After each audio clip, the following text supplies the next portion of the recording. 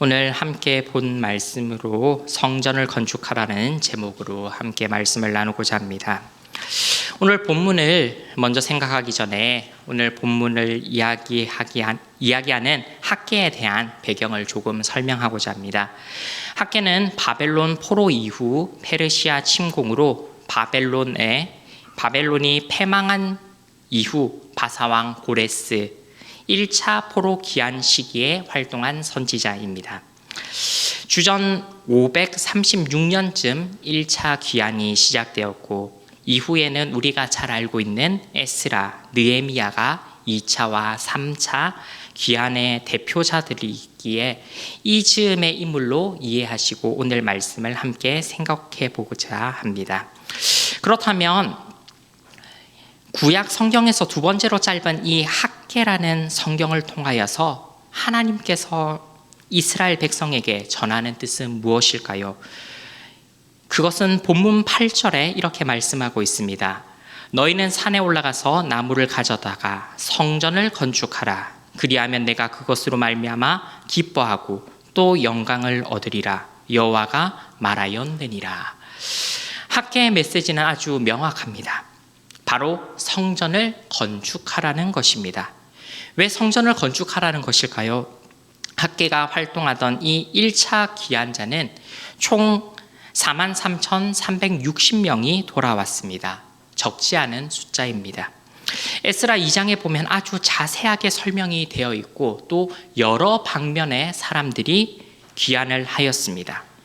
이들이 돌아와서 가장 먼저 한 것은 성전을 재건하는 일이었습니다. 완전하게 지은 것은 아니고 성전의 기초를 놓았습니다. 오늘날로 생각하면 땅을 파고 기초 타설을 끝낸 상황이었습니다. 이렇게 첫삽을 뜨고 성전이 다시 지어질 것을 기대하던 이스라엘 백성들에게 다가온 것은 실패였습니다. 이스라엘의 포로 귀환 전 그 지역에 살고 있는 유다와 베냐민의 대적들이 성전 재건을 방해했습니다. 에스라 4장 5절에 보면 이렇게 말을 합니다. 바사왕 고레스의 시대부터 바사왕 다리오가 즉위할 때까지 관리들에게 뇌물을 주어 그 계획을 막았으며 한 왕의 시대가 끝나기까지 성전 재건이 멈추게 되었습니다. 이 시기에는 최소한 10년에서 20년 사이의 기간으로 보곤 합니다. 이 이스라엘 백성들에게 이 상황은 어떤 상황일까요? 성전을 재건하려는 기쁨과 또한 자신의 나라, 망했던 나라로 돌아갔다는 희망이 180도 바뀌게 되었습니다. 이스라엘 백성들은 자신이 그 땅에 온 이유도 행하지 못하고 그저 하루하루 시간만을 보내며 살았습니다. 기대가 좌절된 그들의 삶 속에 있었던 생각은 본문 2절이 이렇게 말을 하고 있습니다.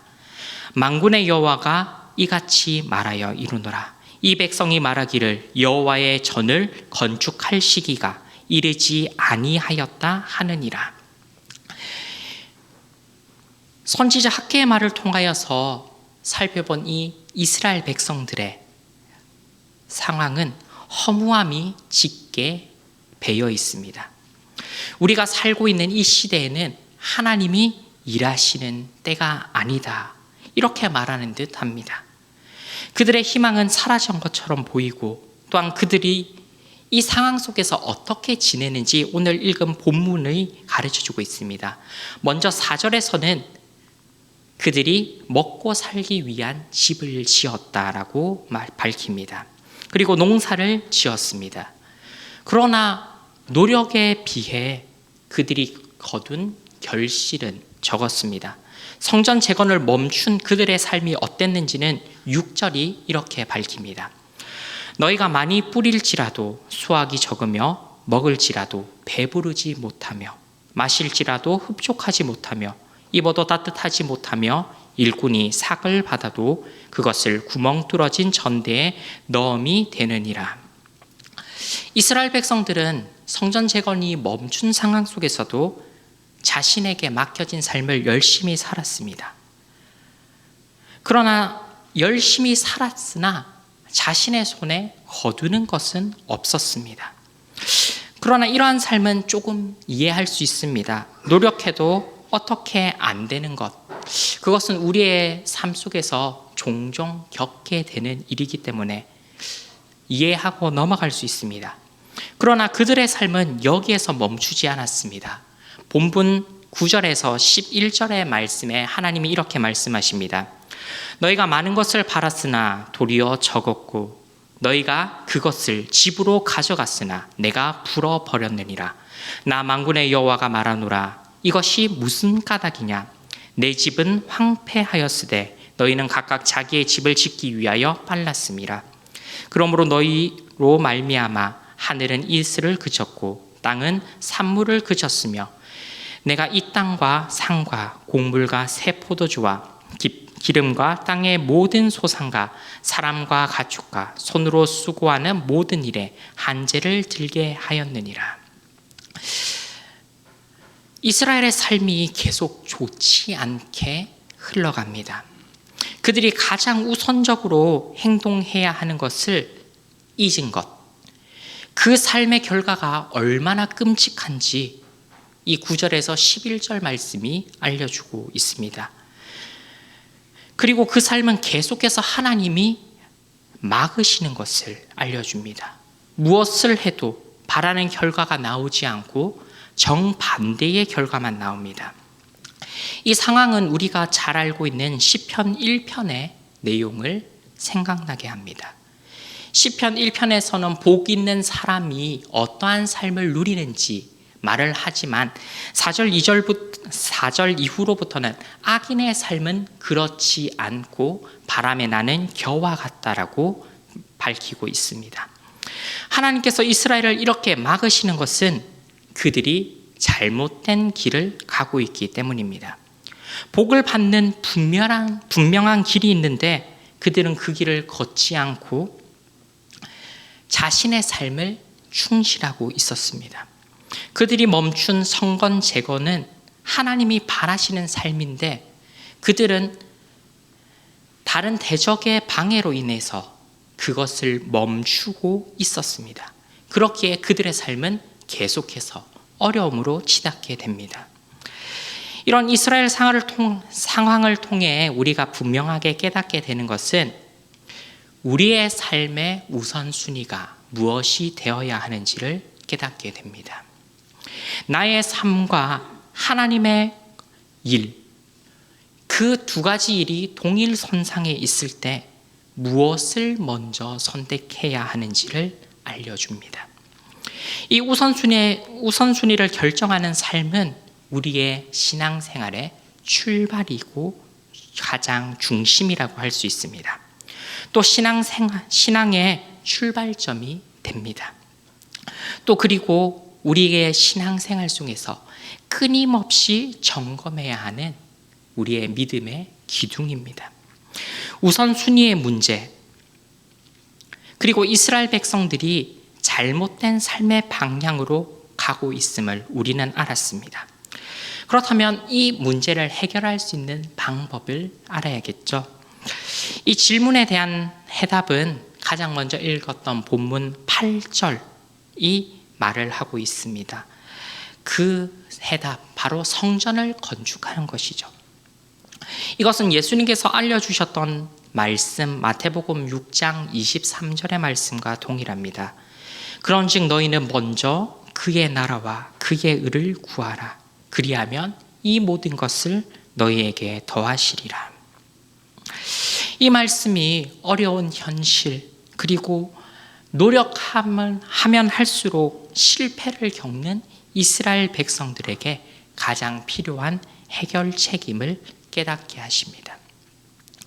그렇다면 왜 성전을 건축하는 것이 이스라엘 백성에게 가장 중요한 일일까요? 성전이 가지고 있는 의미가 그 해답을 알려줍니다. 이스라엘 백성들이 가장 먼저 예배를 드렸던 곳은 성막입니다. 성막은 출애굽 이후 하나님께서 이스라엘 백성들을 인도하셨고 또한 그들의 삶의 중심에 있었던 예배의 처소였습니다.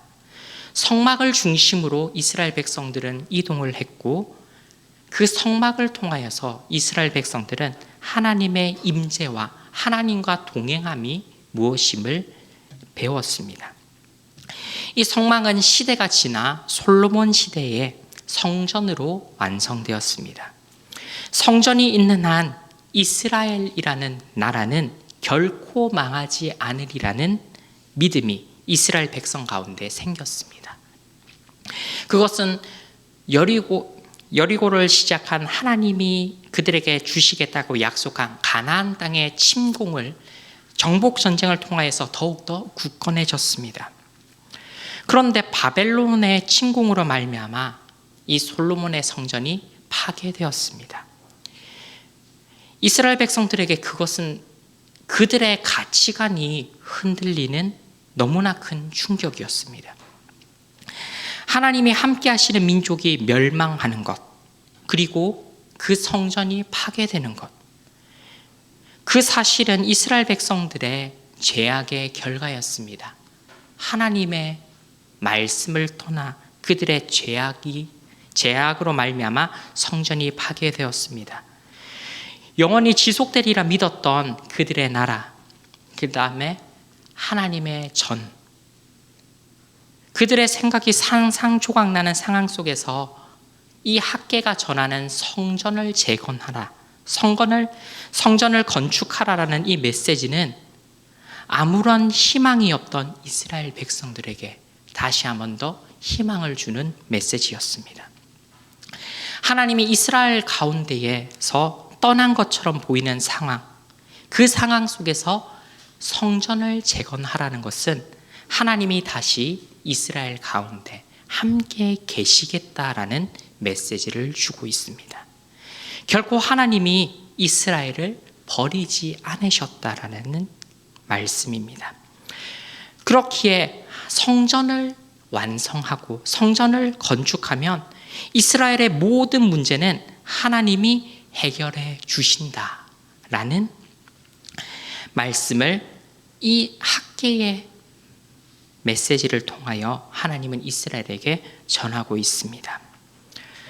그런데 우리가 유념해 봐야 할 것은 하나님이 성전을 재건하라고 하시는데 어떻게 그 성전을 만들려고 하는지 8절에서 자세히 나와 있습니다. 8절 말씀을 다시 한 번 더 읽어보도록 하겠습니다. 너희는 산에 올라가서 나무를 가져다가 성전을 건축하라. 그리하면 내가 그것으로 말미암아 기뻐하고 또 영광을 얻으리라. 여호와가 말하였느니라. 하나님께서 이스라엘 백성들에게 명령하는 것은 솔로몬 시대에 지어졌던 크고 화려하고 누구에게나 뽐내고 싶었던 성전이 아니었습니다. 자신의 삶에서 지금 바로 할 수 있는 행동을 통하여서 짓는 성전, 그것을 명령하고 계십니다. 하나님은 이 말씀에 순종할 때에 이스라엘이 겪고 있던 모든 문제를 해결해 주실 것을 말씀합니다. 하나님이 보시는 것은 외형이 아님을 다시 한 번 더 이스라엘 백성들에게 알려주십니다. 하나님이 보시는 것은 겉모습이 아닌 중심입니다.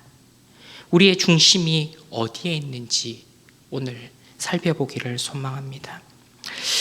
혹시 오늘 함께 예배드리는 분들 중 오늘 본문에 나오는 이스라엘 백성과 같이 힘든 상황이 있으신 분이 계십니까? 혹여 아픈 몸으로 인해서 다른 사람들에게는 말하지 못하고 하나님께 매달려 간구하는 분 계십니까?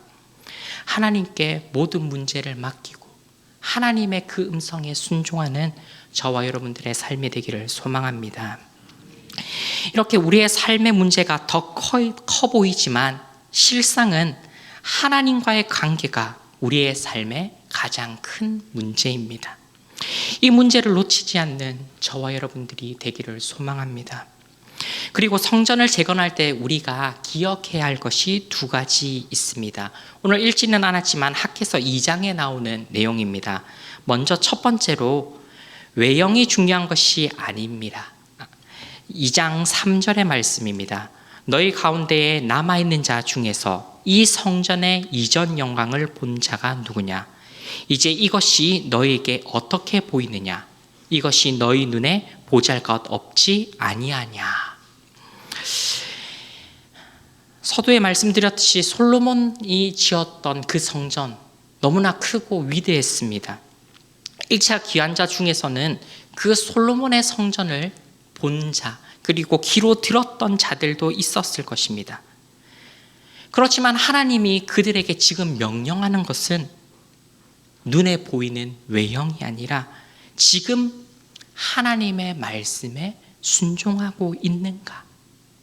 다른 말로는 하나님과 함께하고 있는가 아닌가를 하나님은 중심을 보고 계신다라고 알려주고 있습니다. 그들이 짓고 있는 성전이 예전 성전에 비해 볼품이 없어 보일지라도 눈에 보이는 것에 중점을 두는 것이 아니라 하나님의 말씀에 순종하고 있는지 아닌지, 그것이 더욱더 중요함을 하나님은 학개를 통하여서 알려주고 계십니다. 중요한 것은 하나님이 우리와 함께 하고 계시는 것, 그 임마누엘의 은혜가 저와 여러분들의 삶이 되기를 바랍니다. 다른 그 어떤 것이 우리의 삶에 필요할지라도 예수 그리스도로 만족하는 삶, 이것이 우리 그리스도인들이 가지고 있는 가장 큰 특권일 것입니다. 세상의 그 어떤 것보다도 예수 그리스도 한 분만으로 만족하는 저와 여러분들의 삶이 되기를 소망합니다. 두 번째로 우리가 기억할 것은 정결한 마음으로 건축해야 합니다. 2장 13절과 14절의 말씀입니다. 학개가 이르되 시체를 만져서 부정하여진 자가 만일 그것들 가운데 하나를 만지면 그것이 부정하겠느냐 하니 제사장들이 대답하여 이르되 부정하리라 하더라. 이에 학개가 대답하여 이르되 여호와의 말씀에 내 앞에서 이 백성이 그러하고 이 나라가 그러하고 그들의 손의 모든 일도 그러하고 그들이 거기서 드리는 것도 부정하니라. 갑자기 하나님께서 이스라엘 백성들에게 그들이 하는 모든 것들이 다 부정하다라고 말씀하고 계십니다. 성전이 잘 건축되고 있는 상황입니다. 성전, 하나님의 말씀에 순종하여서 백성들이 성전을 건축하고 있었습니다. 그런데 이스라엘 백성들의 마음에 약간의 변화가 생기기 시작합니다. 자신들의 하나님의 말씀에 순종하여서 성전을 재건하자 이스라엘이 겪고 있었던 모든 삶의 문제들이 해결되었습니다. 그리고 자신들이 이스라엘로 귀환하였던 가장 큰 사명인 성전 재건도 문제없이 잘 진행되고 있었습니다. 이러한 상황 속에 하나님께서 이스라엘 백성들에게 이러한 말씀을 하고 계십니다. 잘 되고 있는 것처럼 보일 때 이 말씀이 이스라엘 백성들에게 전하여졌다는 점이 우리가 유념해 봐야 할 사실입니다. 거룩한 일인 성전 재건을 한다고 이스라엘 백성 한 명 한 명이 거룩한 것은 아닙니다. 거룩한 일을 하는 그들의 외형이 중요한 것이 아니라 그들의 마음 중심이 누구를 향하고 있는지 하나님은 다시 한 번 더 점검할 것을 가르쳐주고 계십니다. 성전을 짓는 일, 무척이나 중요한 일이죠. 그러나 하나님은 이스라엘 백성들에게 성전을 짓고 있는 그 와중에 점검해보라고 하시는 것은 하나님을 향한 그들의 마음이 온전히 그대로 있는가 하는 것을 다시 한 번 더 학개를 통하여서 말씀해 주십니다. 하나님이 성전을 지을 때에 외형을 보지 말고 하나님의 말씀에 순종하는 것을 보시고 이스라엘의 모든 문제를 해결해 주신 것처럼 이스라엘 백성들이 성전을 짓는 가운데에 그 상황에서 붙잡아야 할 것은 하나님을 닮아가는 것이었습니다. 하나님을 닮아 거룩하여지는 것, 그리고 하나님을 닮아 정결하게 되는 것, 그것을 하나님께서는 성전을 짓고 있는 이스라엘 백성들에게 다시 한 번 더 요구하고 계십니다. 오늘 학개서에 나오는 이스라엘의 삶을 통하여서 우리는 이스라엘 백성들이 행한 잘못이 무엇인지를 보았습니다. 혹여 우리의 삶은 이렇지 않은지 우리의 삶을 되돌아보기를 소망합니다. 남들 앞에 잘 보이는 것, 남들 앞에 거룩하게 보이는 것에 더 우선하지는 않았는지, 우리의 마음 중심은 어디를 향하고 있었는지, 그것을 살펴보며 하나님이 원하시는 삶으로 하나님을 기쁘시게 하는 저와 여러분들의 삶이 되기를 소망합니다. 저와 여러분들의 삶이 하나님 앞에서 신전, 신앙, 코람데오의 삶이 되어 언제나 하나님과 동행하며 하나님으로 만족하는 저와 여러분들의 삶이 되기를 소망하며, 다른 사람들 앞에 보이는 것보다 하나님이 중심을 보시는 것을 언제나 기억하고 나의 중심이 하나님께로 향할 수 있는 저와 여러분들의 삶이 되기를 예수님의 이름으로 축원합니다. 기도하겠습니다.